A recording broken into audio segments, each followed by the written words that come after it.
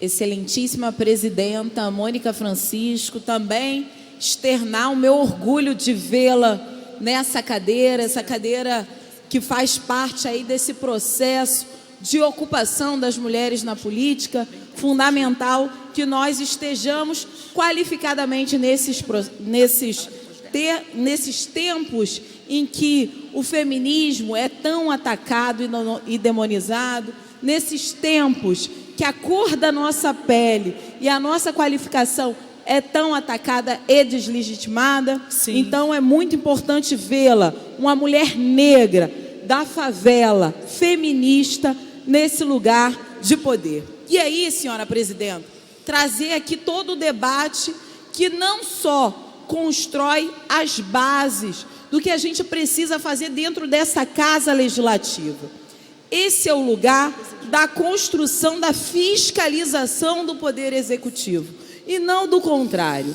Essa casa tem a obrigação de se colocar em todos os processos de discussão sobre a nossa sociedade, sobre as políticas públicas apresentadas pelo governo do Rio de Janeiro e também criticá-las e também tentar aprimorá-las no momento das suas falhas. E, sem dúvida nenhuma, senhora presidenta, a grande falha deste governo é na política pública de segurança. Uma falha que vale vidas, uma falha que tira das famílias o bem mais fundamental, que é a vida dos seus entes queridos. Portanto, senhora presidenta, chegar aqui e externar a nossa solidariedade, sim, com as 37 pessoas que viveram momentos muito tristes, de temor, dentro do ônibus sequestrado ali na Ponte Rio-Niterói. Nos solidarizar com essas famílias, mas não deixar de nos solidarizarmos com a família de William. Nenhuma família merece encontrar ou ter um ente querido morto. Nenhuma mãe tem que ter um filho morto. A gente vive sob tutela de uma Constituição brasileira que nos mostra o quanto que a vida ela tem que ser ressaltada, assegurada por esse Estado democrático de direito. Então é muito importante, por exemplo, não só nos solidarizarmos com todos que viveram essa manhã de grande temor, mas também dizer o quanto que o governador do Estado foi oportunista com esta situação. Sem dúvida. É muito ruim dizer aqui, e é com tamanha tristeza também que eu digo isso, que os pulinhos do governador diante do assassinato de uma pessoa não é só lamentável. Exatamente. É desumano, é desonesto, inclusive, senhora presidente, utilizar esse caso de extremo limite, de uma tensão imensa para comparar com as ações policiais feitas hoje nas favelas e nas periferias do Rio.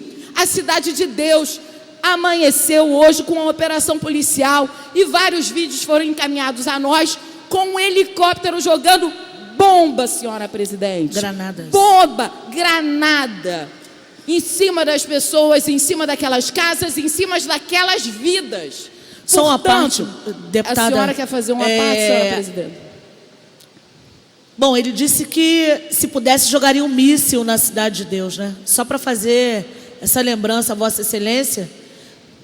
Talvez para ele granada seja menor do que um míssil, né? Se isso ficar comprovado realmente, eu não vi, mas se isso se comprovar de fato, vale inclusive uma ação desta casa em relação a essa atuação. Sem dúvida, senhora presidente. Caso se comprove, eu não sei, mas caso se comprove, agradeço a parte. Uma representação dos deputados e deputadas dessa casa que tem a prerrogativa de fiscalização do executivo.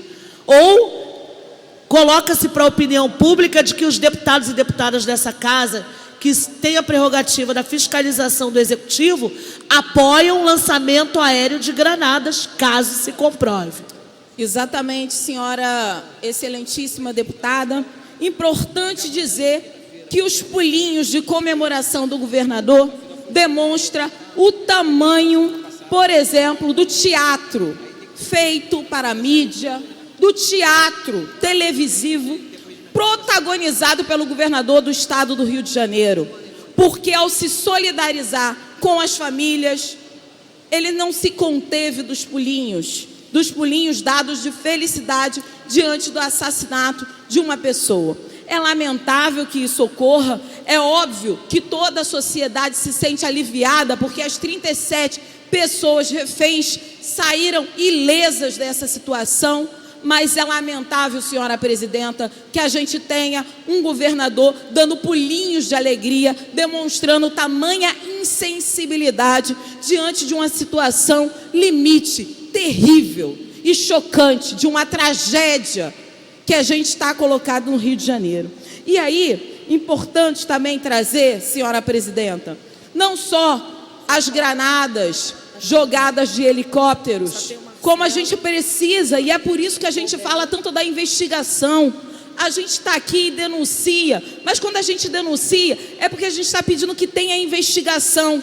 Se de fato as operações estão ocorrendo calcadas na Constituição brasileira, nos prove, porque as denúncias que chegam até nós são gravíssimas. São gravíssimas. E é por isso que nós remetemos às secretarias, tanto da Polícia Militar quanto da Polícia Civil, diversos questionamentos sobre quais são os protocolos dessas ações. Porque ações como essas, por exemplo, e aí é importante falar das 7 pessoas que foram mortas na última semana no Rio de Janeiro, entendendo, senhora presidenta, que é irresponsabilidade comparar essa situação limite de hoje com o que é o cotidiano na favela, nas periferias do Rio de Janeiro, a partir das ações policiais.